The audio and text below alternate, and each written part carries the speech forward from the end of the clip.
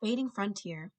In 1890, a watershed date, the superintendent of the census announced that for the first time in America's experience, a frontier line was no longer discernible. All the unsettled areas were now broken into by isolated bodies of American settlement. The closing of the frontier inspired one of the most influential essays ever written about American history, Frederick Jackson's The Significance of the Frontier in American History in 1893. As the 19th century neared its sunset, the westward tramping American people were disturbed to find that their fabled free land was going or had gone. The Secretary of War had prophesied in 1827 that 500 years would be needed to fill the West. But as the nation finally recognized that its land was not inexhaustible, seeds were planted to preserve the vanishing resource.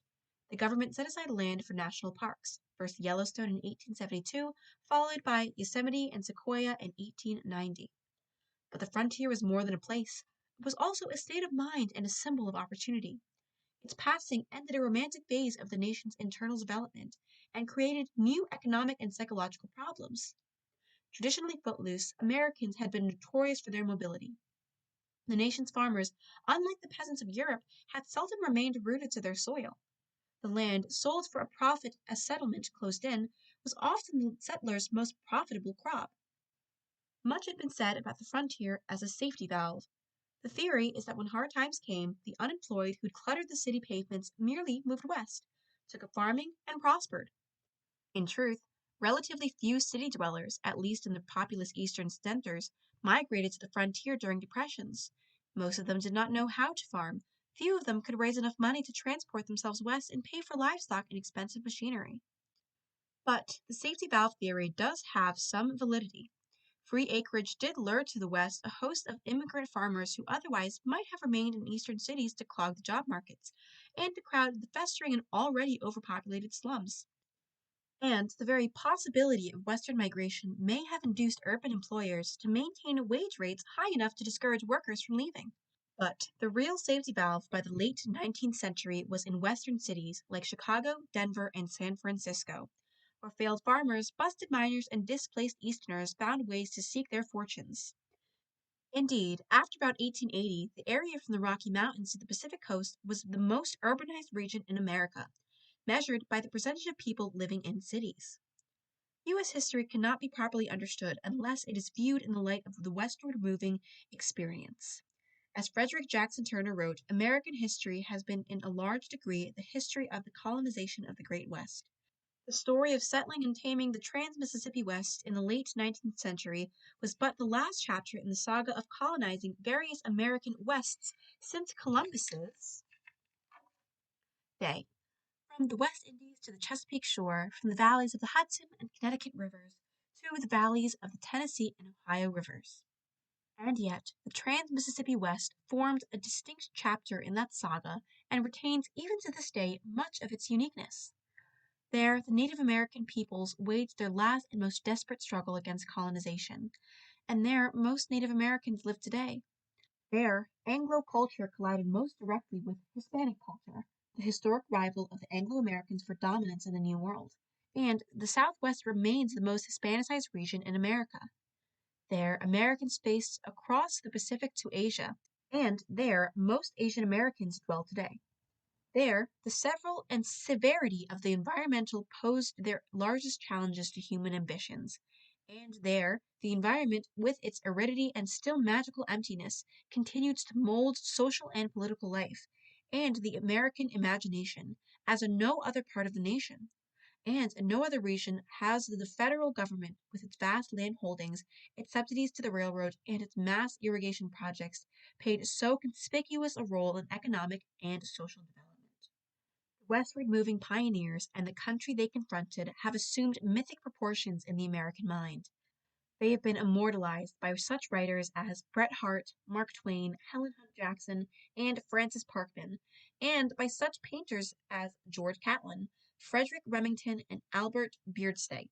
For better or for worse, these pioneers planted the seeds of American civilization in the immense western wilderness. The life we live, they dream of. The life they lived, we can only dream. The farm becomes a factory. The situation of American farmers, once Jacks and Jills of all trade, was rapidly changing. They had raised their own food, fashioned their own clothing, and bartered for other necessities with neighbors. Now, high prices persuaded farmers to concentrate on growing single cash crops, such as wheat or corn, and use their profits to buy foodstuffs at the general store and manufactured goods in town or by mail order. The Chicago firm of Aaron Montgomery Ward sent out its first catalog, a single sheet, in 1872. Farmers were becoming both consumers and producers in the world economy, and their crops journeyed by rail and ship to distant parts of the globe. Large scale farmers, especially in the immense grain producing areas of the Mississippi Valley, were both specialists and business people. As cogs in the vast industrial machine, these farmers were intimately tied to banking, railroading, and manufacturing. They had to buy expensive machinery in order to plant and harvest their crops. A powerful steam engine could drag behind it simultaneously the plow, seeder, and harrow. The speed of harvesting wheat was dramatically increased in the 1870s by the invention of the twine binder, and then in the 1880s by the combine. The combined reaper thresher, which was drawn by 20 to 40 horses and which both reaped and bagged the grain. Widespread use of such costly equipment naturally called for first-class management, but the farmers, often unskilled as business people, were inclined to blame the banks and railroads or the volatility of the global marketplace rather than their own shortcomings for their losses. This amazing mechanization of agriculture in the post-war years was almost as striking as the mechanization of industry.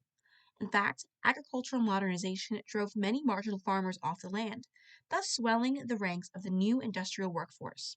As the rural population steadily decreased, those farmers who remained achieved miracles of production, making America the world's breadbasket and butcher shop. The farm was attaining the status of a factory, an outdoor grain factory. Bonanza wheat farmers of the Minnesota to North Dakota area, for example, were enormous. By 1890, at least half a dozen of them were larger than 15,000 acres, with communication by telephone from one part to another. These bonanza farms foreshadowed the gigantic agribusiness of the next century. Agriculture was a big business from the earliest days in California's phenomenally productive and phenomenally irrigated Central Valley. California farms carved out of a giant Spanish-Mexican land grants and the railroad's huge holdings were from the outset more than 3 times larger than the national average. The reformer Henry George in 1871 described the Golden State as not a country of farms but a county of plantations and estates. With the advent of the railroad refrigerator car in the 1880s, California fruit and vegetable crops raised on sprawling tracts by ill-paid migrant Mexican and Chinese farmhands sold at a handsome profit in the rich urban markets of the East. Deflation dooms the debtor. Once the farmers became chained to a one-crop economy, wheat or corn, they were in the same leaky boat with the southern cotton growers. As long as prices stayed high, all went well. But when they skidded in the 1880s, bankruptcy fell like a blight on the farm belts. The grain farmers were no longer the masters of their own destinies. They were engaged in one of the most fiercely competitive of businesses, for the price of their product was determined in the world market by the world output. If the wheat fields of Argentina, Russia, and other foreign countries flourished, the price of the farmer's grain would fall, and American sodbusters would face ruin, as they did in the 1880s and 1890s. Low price and deflated currency were the chief worries of the frustrated farmers, North, South, and West. If a family had borrowed $1,000 in 1855, when wheat was worth about $1 a bushel, they expected to pay back the equivalent of 1,000 bushels, plus interest, when the mortgage fell due. But if they let their debt run to 1890, when wheat had fallen to about 50 cents a bushel, they would have to pay back the price of 2,000 bushels for the $1,000 they had borrowed, plus interests. This unexpected burden struck them as unjust, though their steely-eyed creditors often branded the complaining farmers as slippery and dishonest rascals. The deflationary pinch on the debtor flowed partially from the static money supply. There was simply not enough dollars to go around, and as a result, prices were forced down. In 1870, the currency in circulation for each person was about $19.42. In 1890, it was only $22.76. Yet, during these 20 years, business and industrial activity increased manyfold and intensified the scramble for available currency. The forgotten farmers were caught on a treadmill.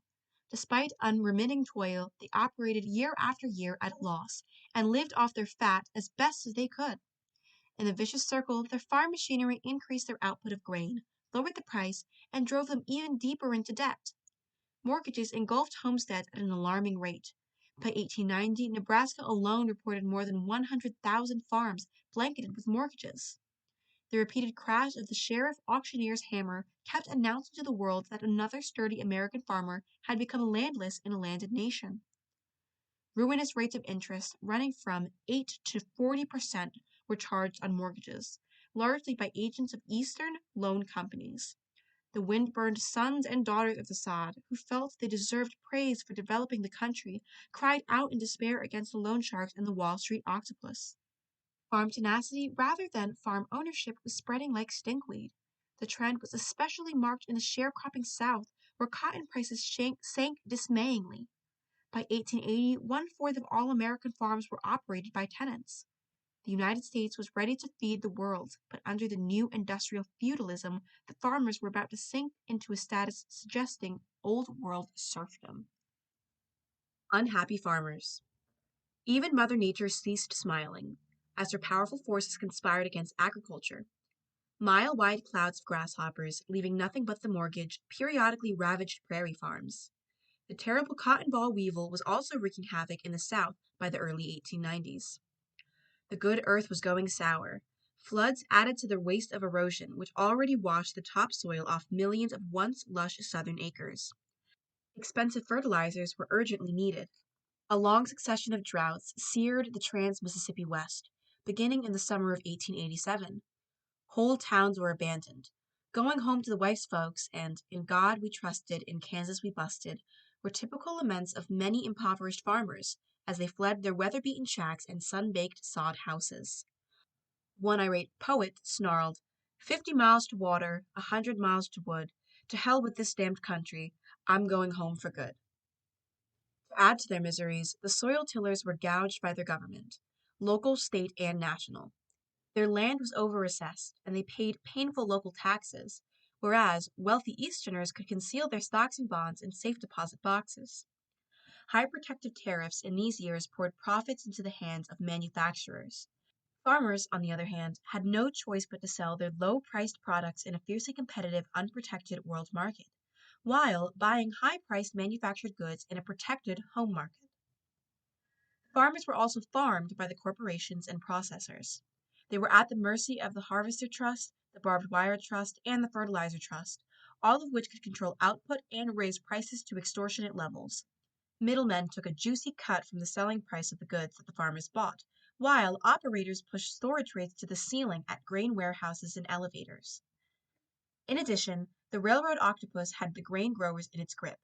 Freight rates could be so high that the farmers sometimes lost less if they burned their corn for fuel than if they shipped it. If they raised their voices in protest, the ruthless railroad operators might let their grain spoil in damp places or refuse to provide them with the cars when needed. Farmers still made up nearly one-half of the population in 1890, but they were hopelessly disorganized. The manufacturers and railroad barons knew how to combine to promote their interests, and so, increasingly, did industrial workers. But the farmers were, by nature, independent and individualistic, dead set against consolidation or regimentation. No really effective Carnegie or Gompers arose among them to preach the gospel of economic integration and concentration.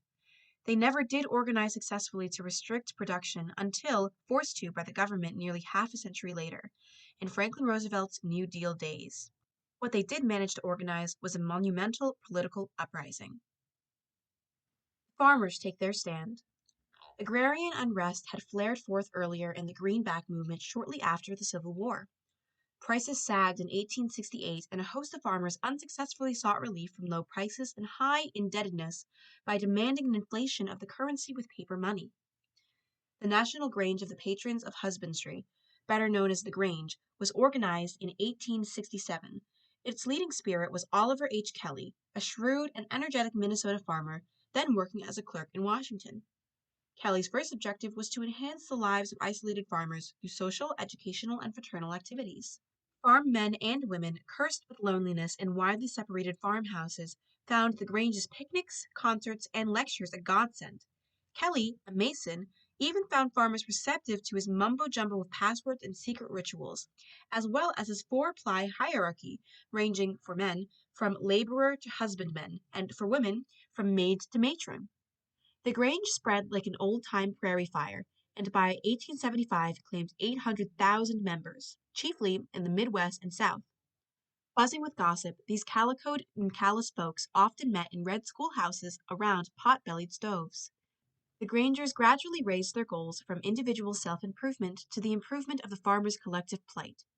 In a determined effort to escape the clutches of the trusts, they established cooperatively owned stores for consumers and cooperatively owned grain elevators and warehouses for producers. Their most ambitious experiment was an attempt to manufacture harvesting machinery, but this venture, partly as a result of mismanagement, ended in financial disaster. Embattled Grangers also went into politics, enjoying their most gratifying success in the grain-growing regions of the upper Mississippi Valley, chiefly in Illinois, Wisconsin, Iowa, and Minnesota. There, through state legislation, they strove to regulate railway rates and the storage fees charged by railroads and by the operators of warehouses and grain elevators. Many of the state courts, notably in Illinois, were disposed to recognize the principle of public control of private business for the general welfare. A number of the so-called Granger laws, however, were badly drawn, and they were bitterly fought through the high courts by the well-paid lawyers of the interests.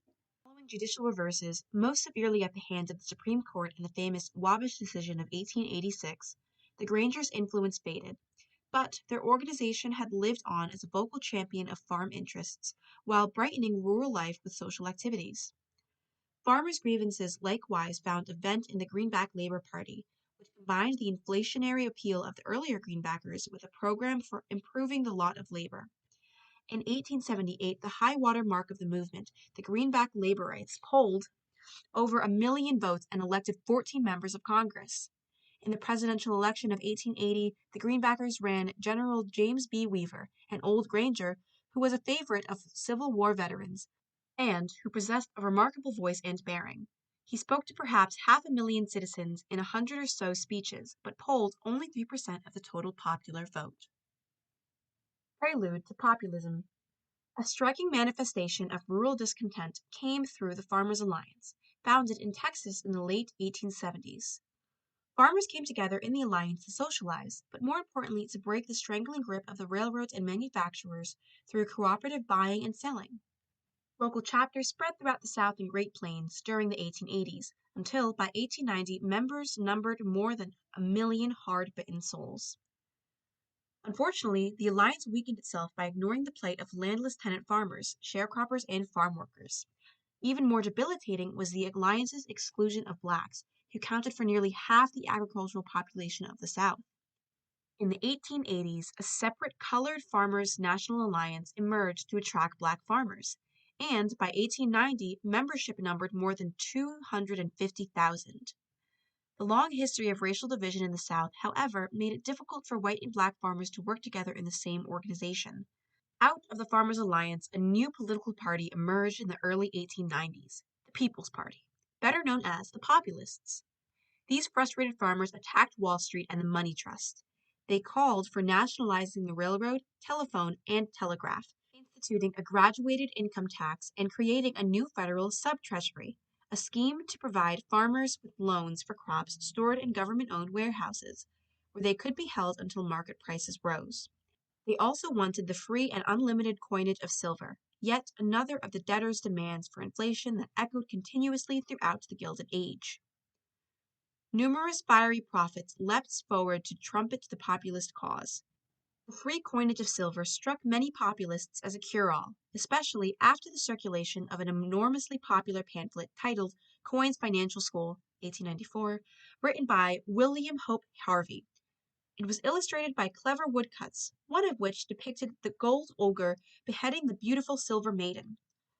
In fiction parading as fact, the booklet showed how the little professor, Coin Harvey, overwhelmed the bankers and professors of economics with his brilliant arguments on the behalf of free silver.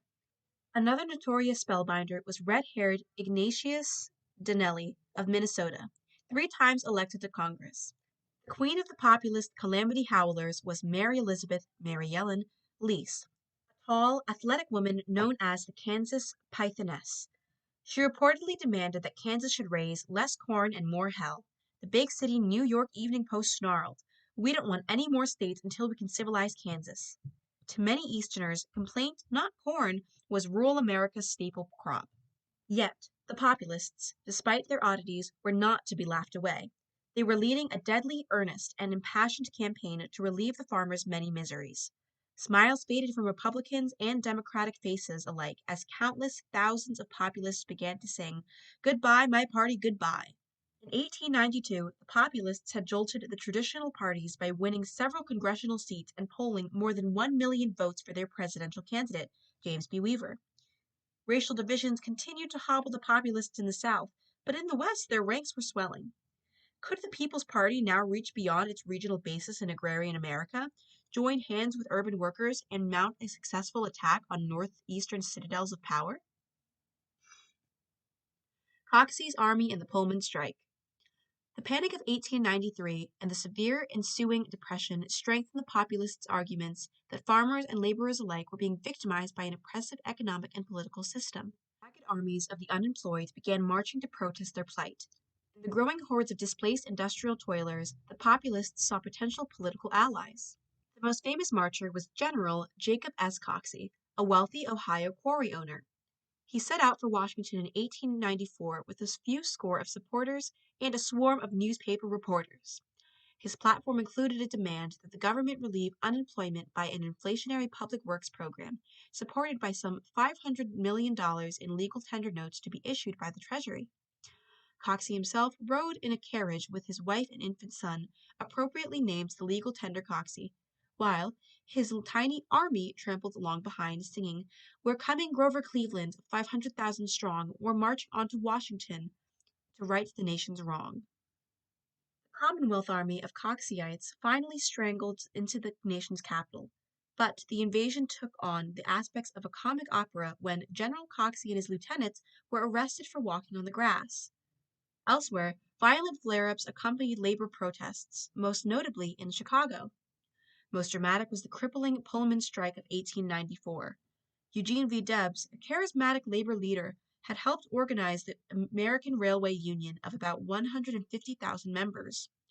The Pullman Palace Car Company, which maintained a model town near Chicago for its employees, was hit hard by the Depression and cut wages by about one-third, while holding the line on rent for the company houses.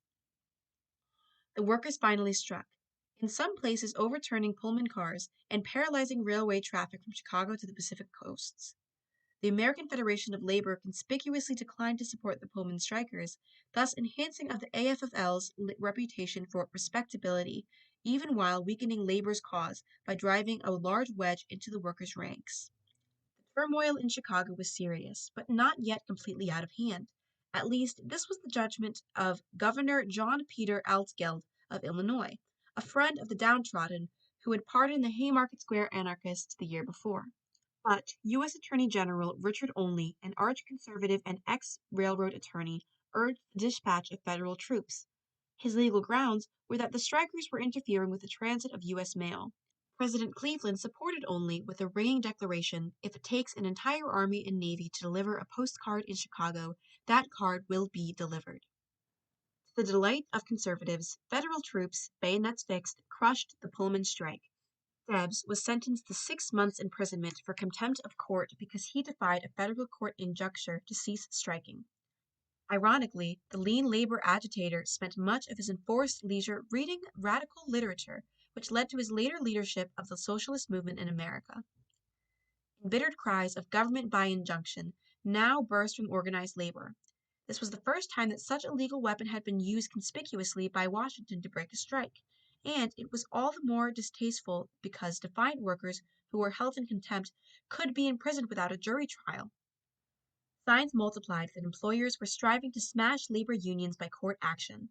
Non-labor elements of the country, including the populists and other debtors, were likewise incensed. They saw the brutal Pullman episode further proof of an unholy alliance between businesses and the courts. Golden McKinley and Silver Bryan. The smoldering grievances of the long-suffering farmers and the depression-plagued laborers gave ominous significance to the election of 1869. Conservatives of all stripes feared an impending upheaval, while down and out husbandmen and discontented workers cast about desperately for political salvation. Increasingly, monetary policy, whether to maintain the gold standard or inflate the currency by monetizing silver, loomed as the issue on which the election would turn. The leading candidate for the Republican presidential nomination in 1896 was the former Congressman William McKinley of Ohio, sponsored by the ill-starred Tariff Bill of 1890.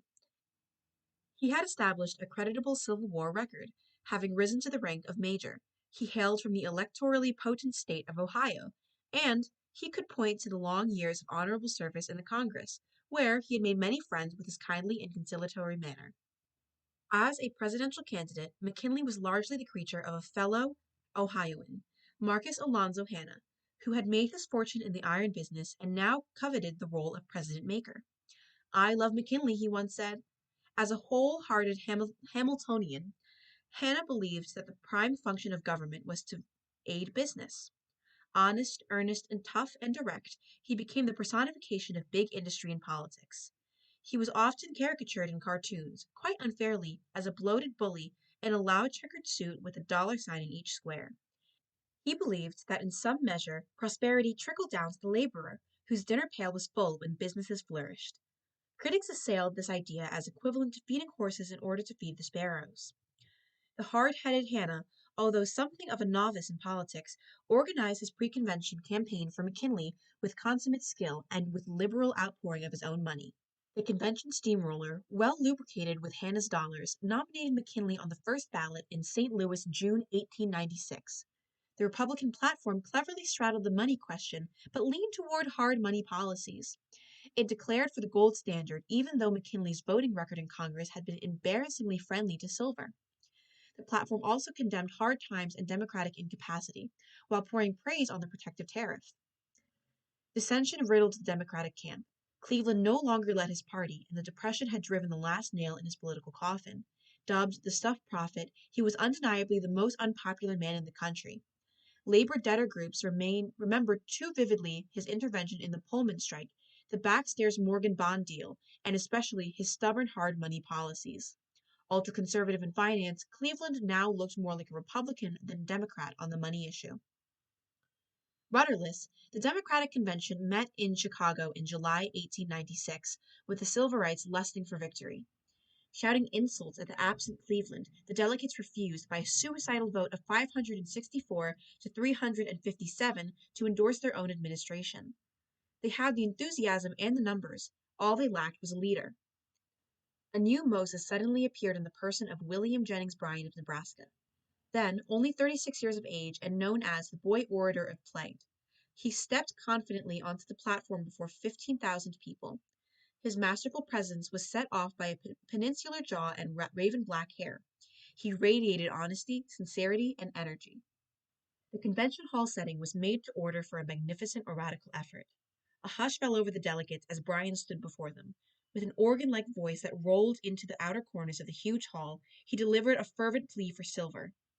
Rising to supreme heights of eloquence, he thundered, "We will answer their demands for a gold standard by saying to them, you shall not press down upon the brow of labor this crown of thorns, you shall not crucify mankind upon a cross of gold." The cross of gold speech was a sensation. Swept off its feet in a tumultuous scene, the Democratic Convention nominated Bryan on the next day on the fifth ballot. The platform demanded inflation through the unlimited coinage of silver at the ratio of 16 ounces of silver to 1 of gold, though the market ratio was about 32 to 1. This meant the silver dollar would be worth about 50 cents. Democratic gold bugs, unable to swallow Bryan, bolted their party over the silver issue. A conservative senator from New York, when asked if he was a Democratic still, reportedly replied, "Yes, I am a Democrat still, very still." The Democratic minority, including Cleveland, charged that the populist Silverites had stolen both the name and clothes of their party. They nominated a lost cause ticket of their own, and many of them, including Cleveland, not too secretly hoped for a McKinley victory. The populists now faced a dilemma, because the Democratic majority had appropriated their main plank, 16 to 1, that heaven-born ratio. The bulk of the populists, fearing a hard money McKinley victory, endorsed both fusion with the Democrats and Bryan for president, sacrificing their identity in the mix. Singing the Jolly Silver Dollar of the Dads, they became, in effect, the Demo Pop Party, though a handful of the original populists refused to support Bryan and went down with their colors nailed to the mast. Class conflict. Plowholders versus bondholders. Mark Hanna smugly assumed that he could make the tariff the focus of the campaign, but Bryan, a dynamo of energy, forced the free trade issue into the back seat when he took to the stump on behalf of free silver. Sweeping through 27 states and traveling 18,000 miles, he made nearly 600 speeches, 36 in one day, and even invaded in the East, the enemy's country. Vaco Lindsay, caught the spirit of this oratical orgy.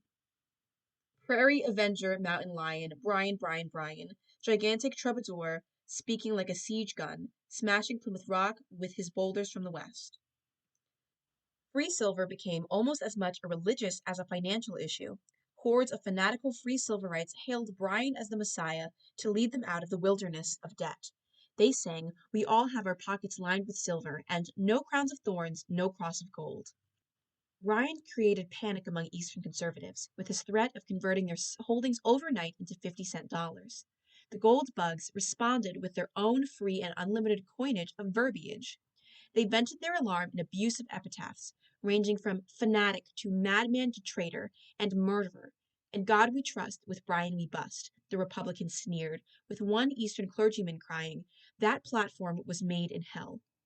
Widespread fear of Bryan and the silver lunacy enabled Dollar Mark Hanna, now chairman of the Republican National Committee, to shine as a money raiser.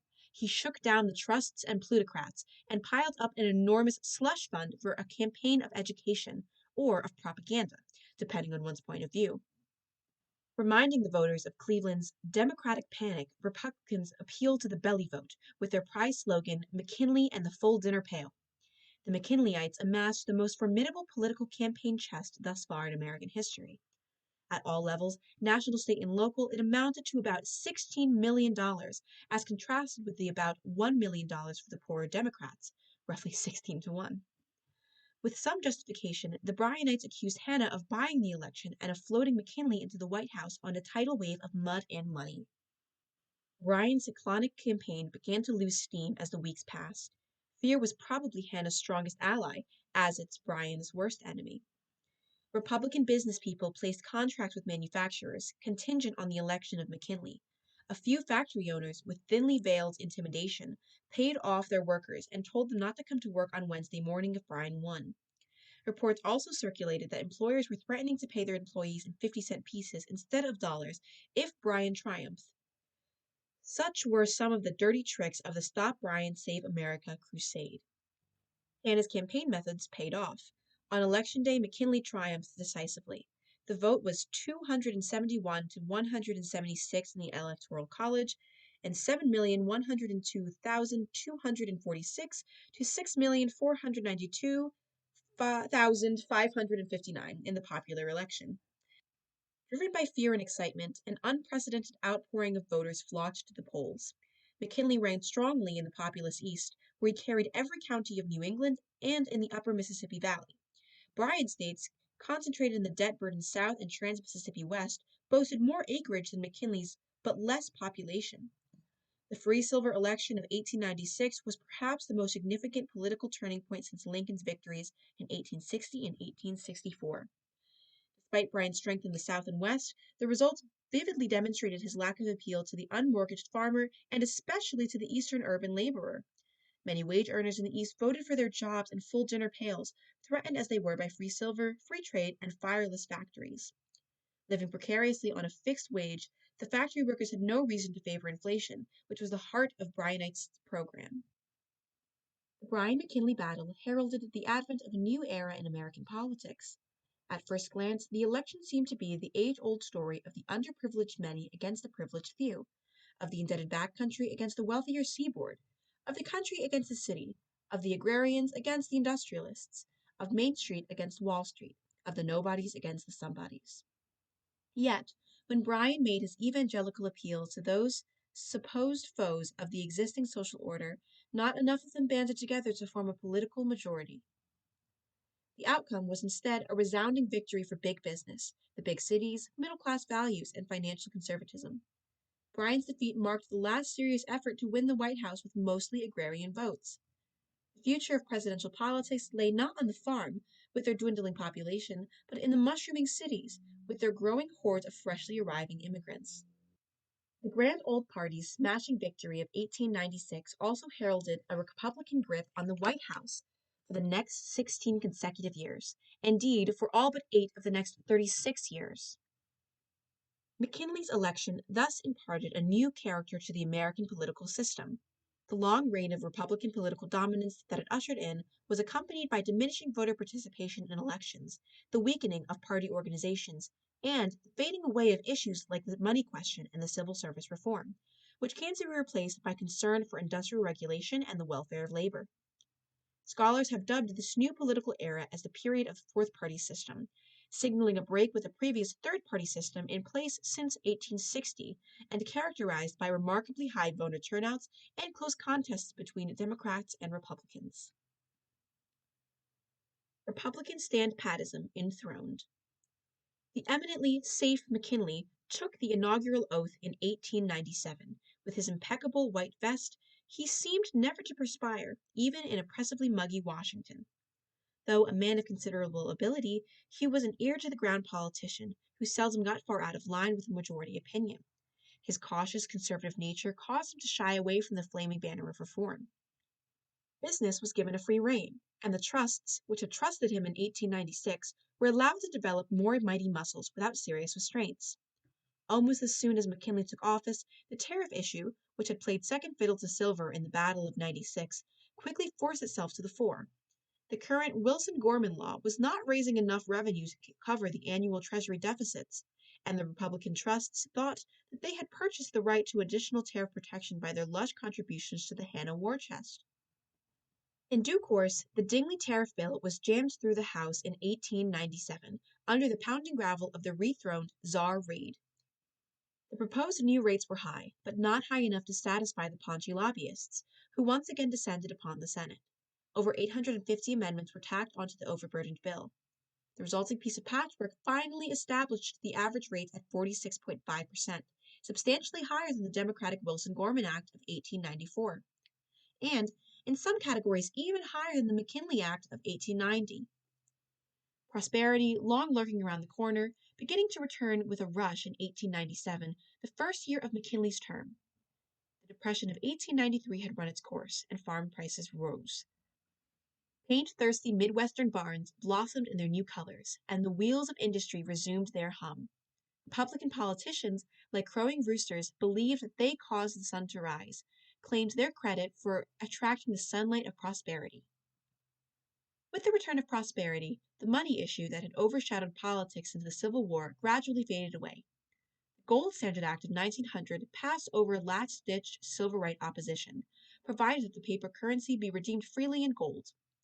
Nature and science gradually provided an inflation that the gold bug East had fought so frantically to prevent.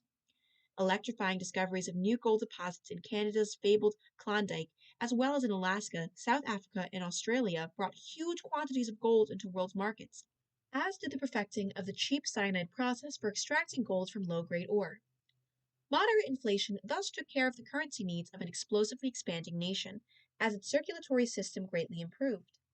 The tide of silver heresy rapidly receded, and the popocratic fish were left gasping high and dry on the golden, sanded beach.